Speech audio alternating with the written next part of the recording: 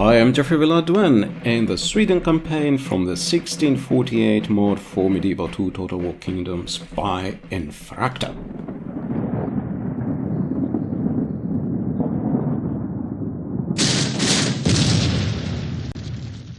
So you may remember we are in the winter of 1631. The Polish have already launched an attack, a winter attack.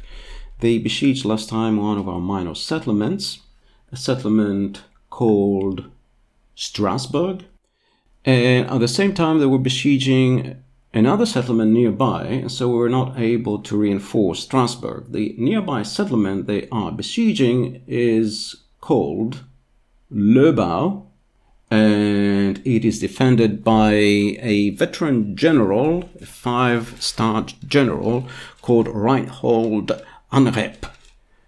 And of course, the Polish army besieging Löbau has numerical superiority and qualitative superiority. So here's Löbau. We have to win this fight in order to relieve the garrison or the siege of the other nearby town, the fortified town, the medieval town that's under siege. And so we definitely have to win this battle. So our army is now sallying out from the side. If you remember in previous time, I sallied out from the front. That turned out to be a failure. So this time I'm doing the usual thing, sallying out from the side. This very often induces the enemy to go down one side of the fortified walls, which means we have plenty of time to shoot at them from the walls, whereas if you sally out from the front gate, they tend to stay out of distance. So you can see here we can shoot at them with these dragoons on the walls. As usual, the Poles have plenty of cavalry. They tend to have very good cavalry, but over here they're attacking with lighter units, arquebusiers. You know, they have collided with one of our pike blocks here.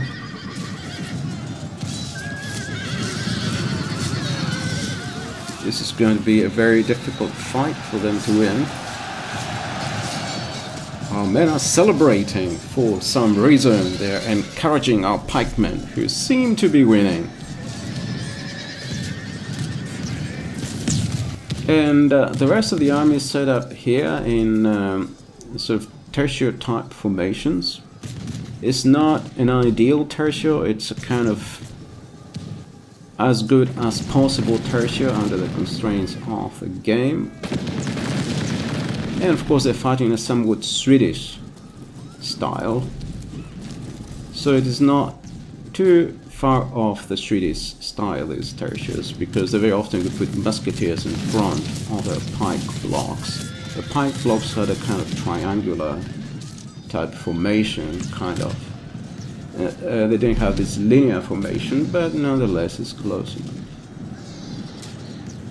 And so the enemy arquebusiers don't give up, despite being caught in melee with the pikemen. So we're sending 2 more pike blocks their way. We also put our pikemen forwards. So they have now formed something like a Danish formation over here. The other 2 pike blocks are heading in the direction of the arquebusiers. Looks like the arquebusiers now are having second thoughts. We have plenty of these mercenary pikemen here. I find them very interesting. They look very German, I would say.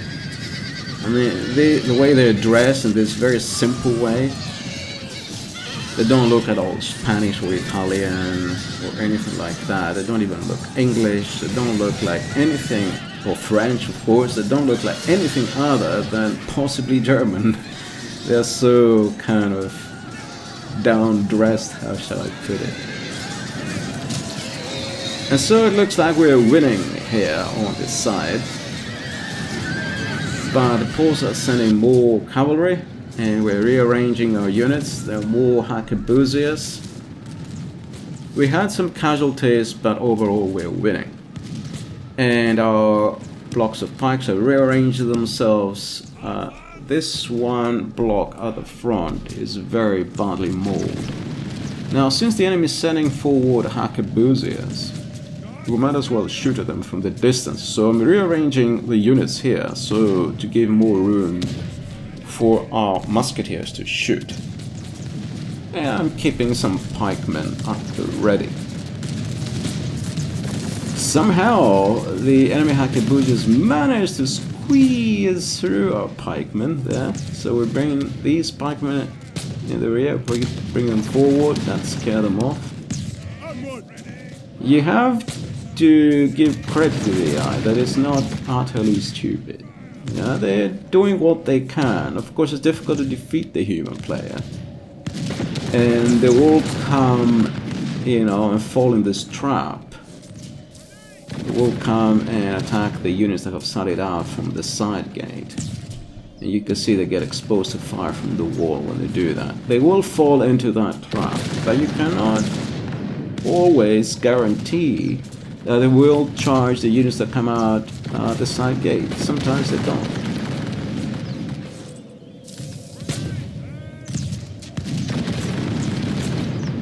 I've had battles where they just sit there and they don't come close to the units that have sallied out.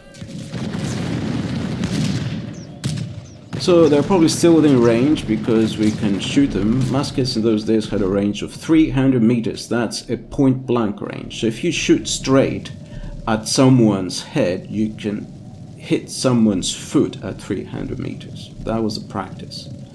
And so they were sometimes told, if the enemy stands at 200 meters or more, aim at the head or just above the head in order to hit the breast of the person. So 300 meters was still point blank range. And the actual maximum range was probably a couple of kilometers for a musket. But as Robert Monroe said, 300 meters or something like 600 paces was the distance at which a musket could hurt or kill a man. Meaning that you could shoot at that distance and you'd be confident that the bullet will do some serious harm. So if you shot at a greater distance, either you missed because you didn't know where to shoot, you can judge, or if you hit, potentially the bullet wouldn't have as much force.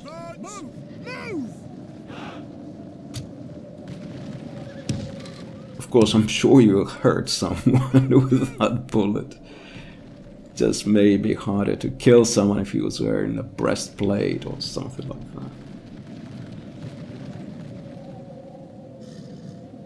that. And muskets could pierce breastplates, whereas arquebuses couldn't always pierce breastplates, except at shorter distances, and pistols usually could not pierce a breastplate. So now what the AI is doing, you can see, it no longer feels confident in attacking our units. They've come under fire from the walls. They have been weakened. They are not as strong as they used to be. And they have somehow learned to stay away. However, we are irritating them by sending our general to fire them with his carbines. And the principle here is these carbines are fighting the way I told before, that you could in principle fire beyond the point blank range, but nobody did it in those days.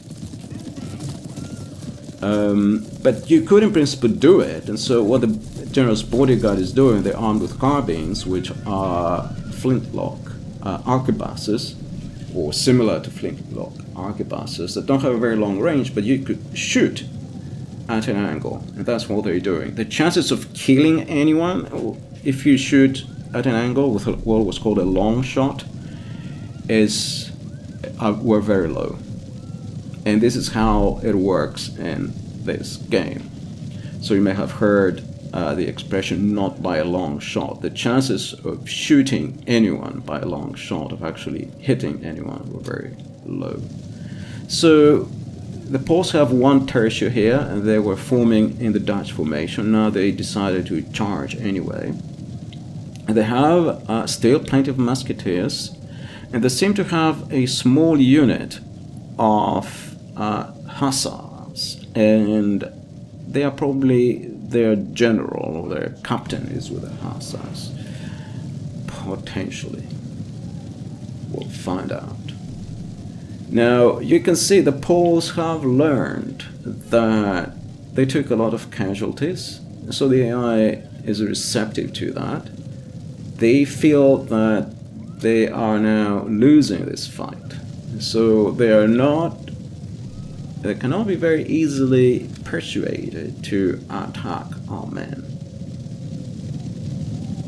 So the AI is receptive to the balance of the fight. They realize if they're losing the fight, they'd rather be more cautious and on the defensive. So the AI is not stupid, just a human player. It just can outwit it almost all the time with experience. So they have decided again to charge after being for so long teased by our general's bodyguard. They decided to attack us. That's a mistake. So we put these mercenary pikemen here. At least they have feathers on their hats. They're not looking like complete beggars. And they have hats to be sure. So okay, so we're playing this kind of game when the enemies at a distance, we're shooting with our musketeers. If they come close, we advancing our pikemen. When the enemy cavalry sees our pikemen advance, they pull back. And now they're even more cautious about coming near the walls. And as you can see now, the balance of battle is favorable. So the AI is now realizing they've done something wrong and they're risking losing this battle, so they are keeping their distance. We definitely have to win this time in order to relieve the siege of the other town that's under siege. So now the enemy has come again under fire and they've decided to come towards us. They think they can probably attack the musketeers, but they're not so sure. They're retreating. It's kind of realistic because you think, okay, here's some musketeers firing at us. Let's go and look, maybe they're exposed. They come closer to see they have pikemen all around them. We killed their captain, Captain Schwaliborg. That's an interesting name.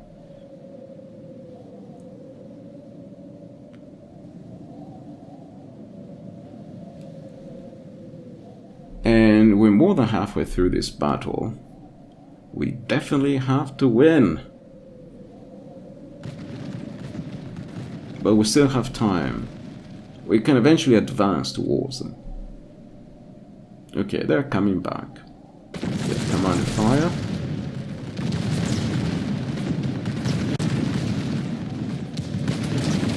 This time they are coming forward. No, they changed their mind. They're going back. They just will not attack. So the best we can do at this point is just shoot at them from the distance and wear them out as much as possible, then charge them with our pikemen. So you probably know this is my favorite mod by far. I haven't had an update for this campaign for 2 months now. Nearly 3 months even. And I'm just too absorbed by my modding of Broken Crescent and Thrones of Britannia at the moment. But as you all know, this is the mod I really, really love. This is my favorite mod, not least because I was involved in it, and so it is just the way I would have liked it to be.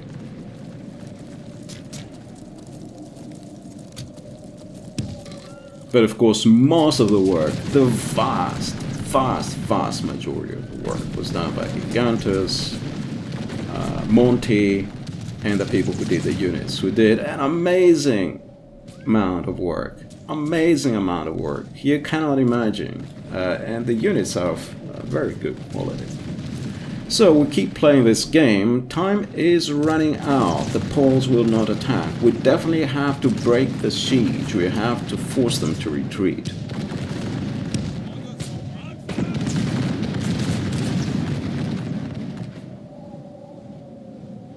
I'm trying to minimize the casualties. I think it's fairly clear now we're going to win.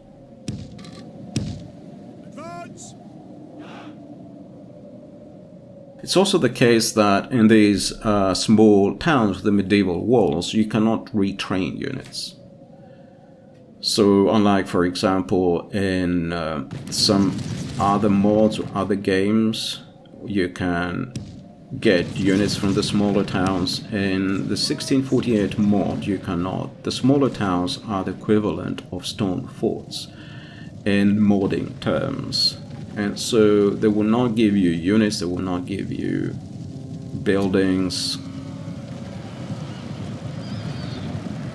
Okay, it looks like now the Hussars have finally resolved to charge our pikemen. The Hussars are about the only unit in the game that will charge pikemen. But this charge was so weak. This was the most pathetic charge I have ever seen. It's just not going to cut it. I don't think they killed anybody. Oh no, there's one pikeman lying on the ground there. They killed one pikeman. That's all they did. It was a suicidal charge. The battle is very much in our favor. If we remain true and steadfast, victory will be ours. They're coming back. Let's hope this charge is a better charge. No, this is equally pathetic as the previous one. They're just killing themselves. No, they killed a couple of pikemen this time.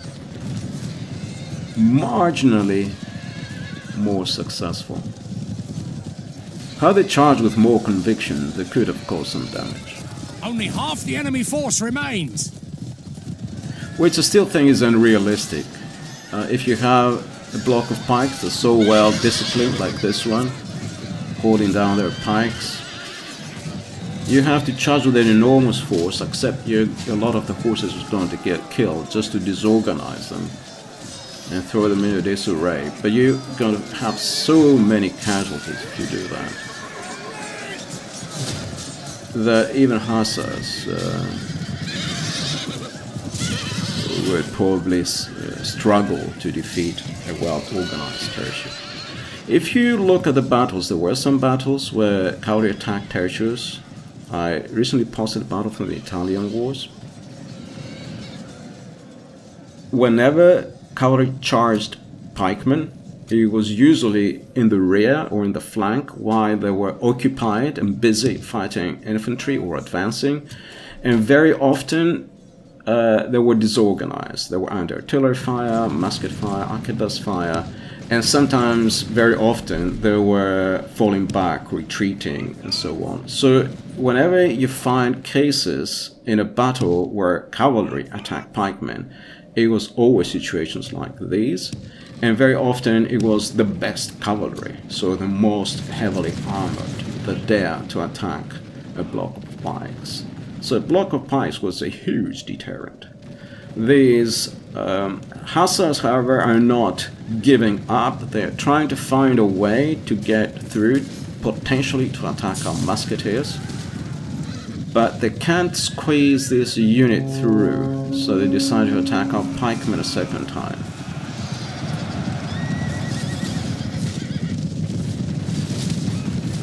They're definitely not going to win this fight if they don't charge with some force.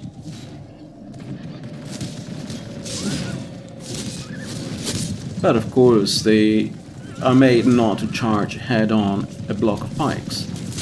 So the AI will not charge a block of pikes head-on with cavalry. So that's why they are not so sure.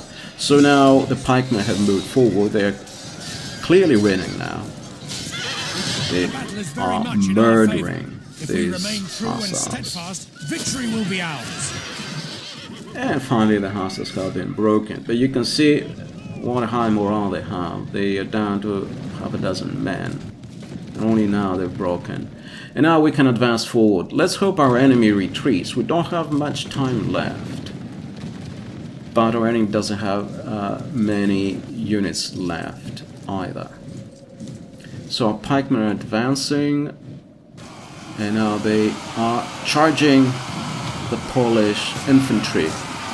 Behold how our cowardly foe runs. And the Polish infantry broke just in time. The battle was about to end.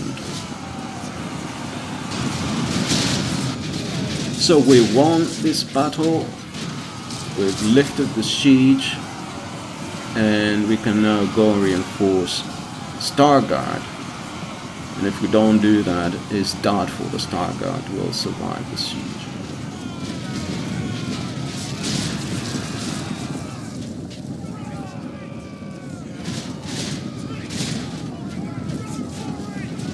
Look at these wonderful Polish units. They really are so well done. Whoever did the units did an excellent job.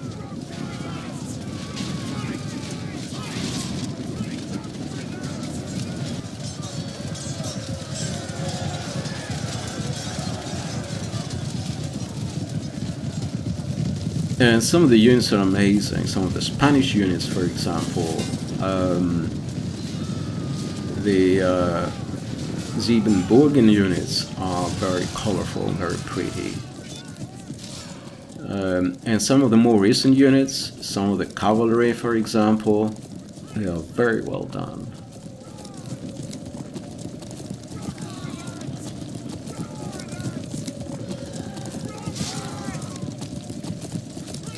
So, our general is taking prisoners now, giving them quarter. That was the term used in those days. You either gave them quarter or shot them. Now, where you gave them quarter, that was the question. You might have given them quarter in a prison cell.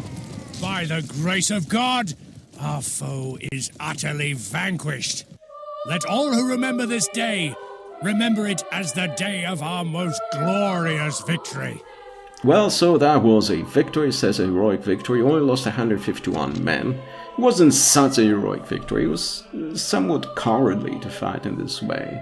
I don't feel always good about winning these fights, but the AI can give you a hard time if you do anything else. And so,